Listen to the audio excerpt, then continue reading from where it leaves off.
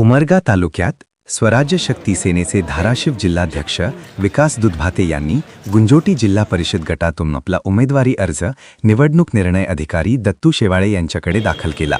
याप्रसंगी पक्षाच्या राष्ट्रीय अध्यक्षा करुणा धनंजय मुंडे यांची प्रमुख उपस्थिती होती। या उमेदवारीमुळे गुंजोटी गटातील राजकीय वातावरण तापले असून स्वराज्य शक्ती सेनेने प्रस्थापितांसमोर मोठे आव्हान उभे केले आहे। करुणा मुंडेंचा गुंजोटी दौरा आणि महिलांशी संवाद। उमेदवारी अर्ज दाखल करण्याच्या पार्श्वभूमीवर करुणा मुंडे यांनी उमरगा तालुक्यातील गुंजोटी येथे दौरा केला। यावेळी त्यांनी विकास दुधभाते यांच्या निवासस्थानी सदिच्छा भेट दिले।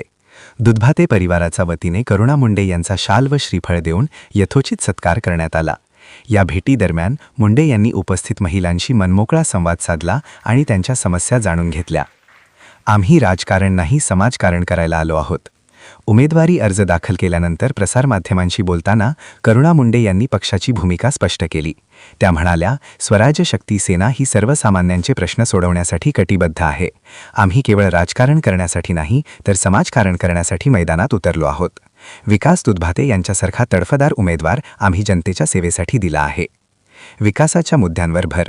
निवडणुकीतील प्रमुख मुद्द्यांवर प्रकाश टाकताना करुणा मुंडे यांनी सांगितले की गुंजोटी गट आणि परिसरातील रोजगार निर्मिती, शेतकऱ्यांचे प्रलंबित प्रश्न, गावांतर्गत रस्ते, भुयाई गटार योजना आणि स्वच्छ पिण्याचे पाणी यांसारख्या मूलभूत सुविधा पुरवणे हे आमचे मुख्य ध्येय आहे।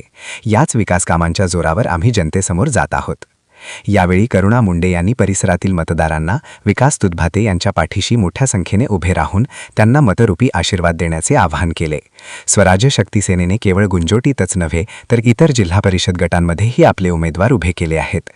पक्षाच्या या आक्रमक पवित्र्यामुळे आणि वाढत्या जनसंपर्कामुळे प्रस्थापित राजकीय पक्षांसमोर मोठे आव्हान निर्माण झाले आहे।